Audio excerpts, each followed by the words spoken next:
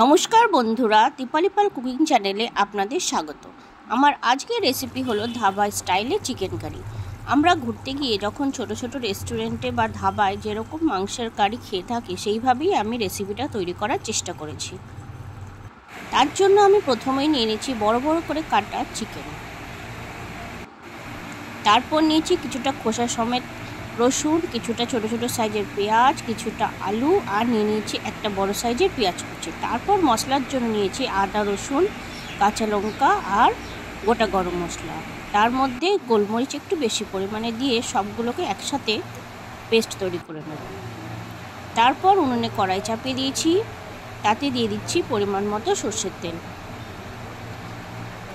আমি সহজভাবে বা ঘরোয়া উপকরণে এই রেসিপিটা তৈরি করার চেষ্টা করেছি। ভালো লাগলে অবশ্যই লাইক, শেয়ার ও সাবস্ক্রাইব করবেন, আমার পাশে থাকবেন। তেল গরম হয়ে গেলে প্রথমে আমি আলুগুলোকে নুন হলুদ মাখিয়ে ভালো করে ভেজে নেব।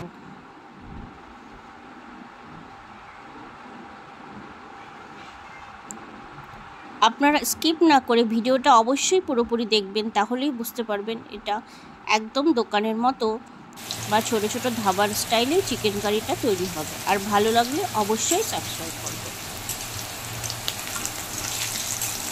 আমরা সাধারণত ঘরোয়াভাবে যেমন চিকেন তৈরি করি, কিন্তু এই রান্নাটার মধ্যে তফাৎ পুরোপুরি আলাদা। আপনারা পুরোপুরি দেখবেন, তাহলেই বুঝতে পারবেন।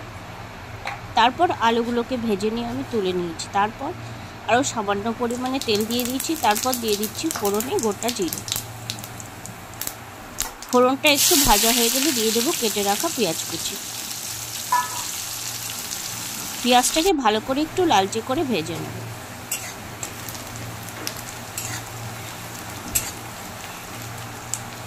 পেঁয়াজটা ভাজা হয়ে গেলে দিয়ে দেবো তাতে আদা, রসুন, গোটা গরম মশলা, কাঁচা লঙ্কা, এই সমস্ত পেস্ট করে নিয়েছিলাম। সমস্ত মশলাটা আমি দিয়ে দেবো। তারপর মিক্সিং জারটা সামান্য ধুয়ে জলটা দিয়ে দেবো। দিয়ে মশলাটা একটু কষে নেবার পর তারপর আমি চিকেনগুলো সমস্ত দিয়ে দেবো। চিকেনটা আগে থেকে নুন, হলুদ, লঙ্কার গুঁড়ো, ধনে গুঁড়ো, জিরে গুঁড়ো দিয়ে ম্যারিনেট করে 1 ঘন্টা রাখা ছিল। যেহেতু বড় বড় আকারের মাংস টুকরো, সেই জন্য একটু ভালোভাবে ম্যারিনেট করে রেখে দিতে হবে, নাহলে সেদ্ধ হতে অনেক সময় নেবে। কিন্তু ধাবা স্টাইলে চিকেন কারিগুলো এইভাবে বড় বড় চিকেনই থাকে।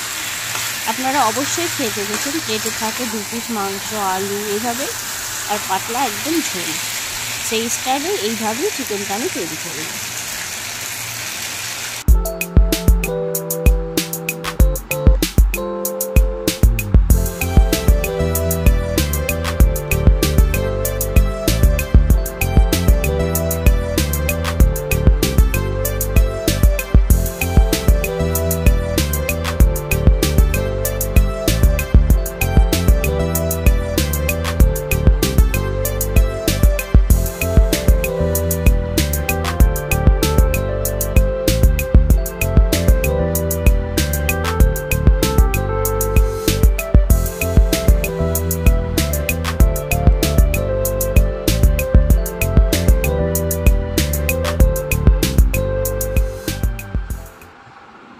মাংসটাকে নাড়াচাড়া করে ঢাকা দিয়ে আমি 10-15 মিনিট রেখে দিয়েছিলাম, যাতে মাংস থেকে একটু জল ছাড়ে।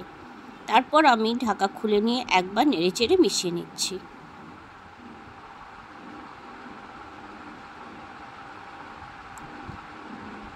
ভালো করে একবার নেড়েচেড়ে মিশিয়ে আরও একবার 10 মিনিট ঢাকা দিয়ে রাখবো।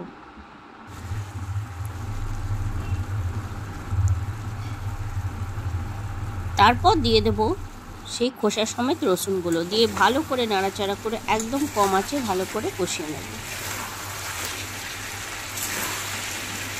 দেখুন, এখন কষাতে কষাতে মাংসগুলো একটু ছেড়ে ছেড়ে আসছে।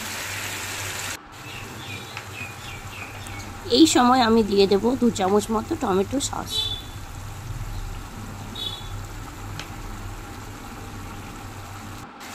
তারপর আবার নেড়ে চেড়ে মিশিয়ে আরও 5 মিনিট মতো ভালো করে কষিয়ে নেব।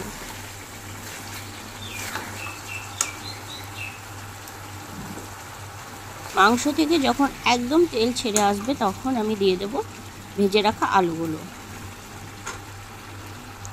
আলু দিয়ে দেওয়ার পর ভালো করে আরও একবার নেড়ে চেড়ে মিশিয়ে নেব।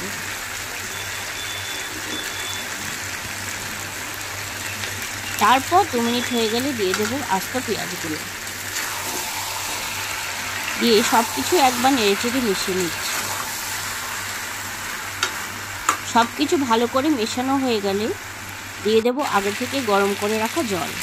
জলের পরিমাণটা এতে বেশি করে দিতে হবে, না হলে মাংসর ভেতরে হাড়গুলো সেদ্ধ হবে না, যেহেতু খুব বড় বড় টুকরো। আর আপনারা দেখবেন ধাবায় সবসময় গরম গরম মাংসের তরকারি দেয়, কেননা সবসময় উনুনে সেটা ফুটতেই থাকে, ওরা পর্যাপ্ত পরিমাণে অনেকটাই জল দেয় আর সবসময় ফোটায়।